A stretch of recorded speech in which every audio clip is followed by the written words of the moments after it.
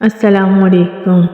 بنی اسرائیل کے دو بھائیوں کا واقعہ بیان کیا جاتا ہے کہ بنی اسرائیل میں دو بھائی تھے جن میں ایک مسلمان تھا اور دوسرا کافر تھا۔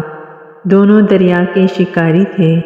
کافر بت کو سجدہ کرتا تھا، مگر جب مچھلیوں کے لیے جال تیار کرتا تو اس میں ڈھیروں مچھلیاں آ جاتی کہ اس کو کھینچنا بھی اس کے لیے مشکل ہو جاتا، مگر مسلمان کے جال میں صرف ایک ہی مچھلی آتی تھی اور اسی پر صبر کے ساتھ خدا کا شکر ادا کرتا تھا۔ اتفاقاً ایک روز اس مسلمان کی بیوی اپنے مکان کی چھت پر گئی تو اس کی نظر کافر کی بیوی پر پڑی جو زیور اور بہترین لباس سے آراستہ تھی۔ یہ دیکھ کر اس مسلمان کی بیوی کے دل میں وسوسہ پیدا ہوا کہ کاش میں بھی ایسی ہی ہوتی، تو کافر کی بیوی بولی، تو اپنے شوہر کو اس پر آمادہ کر لے، وہ بھی میرے شوہر کے معبود یعنی بت کی عبادت کیا کرے تاکہ تو بھی میری طرح مالدار ہو جائے۔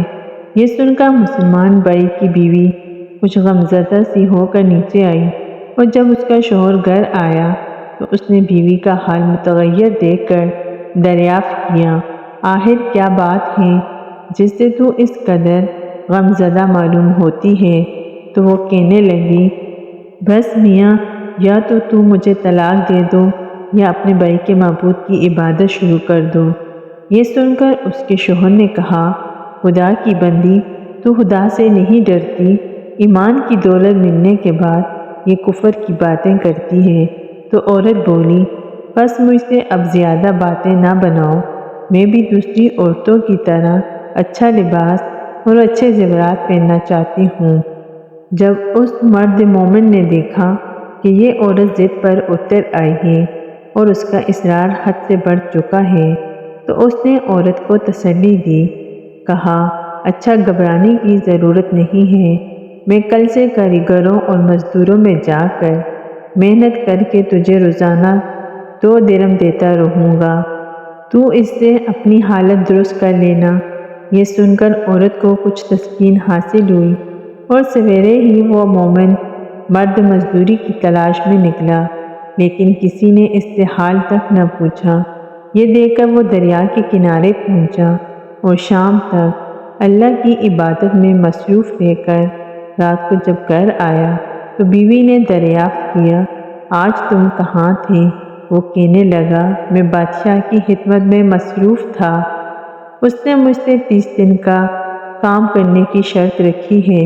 عورت نے کہا، کیا ہے وہ بادشاہ تم کو کیا دے گا؟ تو اس نے جواب دیا کہ میرا بادشاہ بڑا کریم ہے اور اس کے خزانے مال و دولت سے بھرے ہوئے ہیں، وہ مجھے وہ دے گا جو میں چاہوں گا۔ چنانچہ اسی طرح برابر وہ اپنے معبود برحق کی عبادت میں مصروف رہا، اور تیسری رات ہوئی تو بیوی نے کہا، سنو میاں، اگر کل تم نے مجھے مزدوری لا کر نہ دی تو تم مجھے لازمی طلاق دے دینا۔ یہ سن کر اس کو اس قدر پریشانی لاحق ہوئی، اور تیسری صبح کو اس نے ایک یہودی سے کہا، کیا تم مجھے مزدوری پر لگا لو گے؟ یہ سن کر یہودی کہنے لگا، ہاں، تم کو مزدوری تو مل جائے گی، لیکن شرط یہ ہے کہ میرے پاس تمہارے کھانے پینے کا کوئی انتظام نہ ہوگا۔ چنانچہ وہ مرد مومن روزے کی نیت کر کے یہودی کے ساتھ ہو لیا۔ اللہ تعالیٰ کے حکم سے ایک فرشتہ 29 اشرفیاں ایک نورانی طباق میں لے کر اس کی بیوی کے پاس پہنچا اور کہنے لگا، میں بادشاہ کا قاصد ہوں، اس نے یہ اشرفیاں لے کر مجھ کو تیرے پاس بھیجا ہے اور فرمایا ہے کہ تیرا شوہر ہمارے پاس کام میں تھا، ہم نے اس کو نہ چھوڑا یہاں تک کہ اسی نے ہم کو چھوڑ دیا اور یہودی کے پاس چلا گیا۔ اگر وہ ہمارا کام کرتا تو ہم اس کو اور زیادہ اجرت دیتے، بس یہ ایک اشرفی کی کمی اسی وجہ سے ہے۔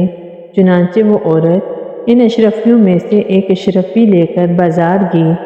سنار نے اس کی 1000 قیمت عورت کے ہاتھ میں رکھ دی، اور جب شام کو وہ مومن مرد گھر واپس لوٹا تو عورت نے اس سے دریافت کیا، آج تم کہاں تھے؟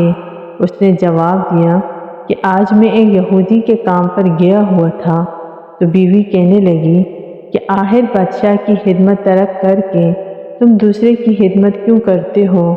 پھر اس کو اشرفیوں کا واقعہ سنایا، جس کو سن کر وہ مرد مومن روتے روتے بے ہوش ہو گیا، اور جب اس کو ہوش آیا تو بیوی سے کہنے لگا، افسوس کہ میں بادشاہ دو جہاں کی خدمت کا حق اپنے اوپر لازم نہ کر سکا۔ اس کے بعد اس شخص نے عورت کو چھوڑ دیا اور پہاڑوں پر چلا گیا، جہاں خدا کی عبادت میں مصروف رہ کر اس کے انتقال ہو گیا۔ اللہ تعالیٰ اس پر اپنا رحم فرمائے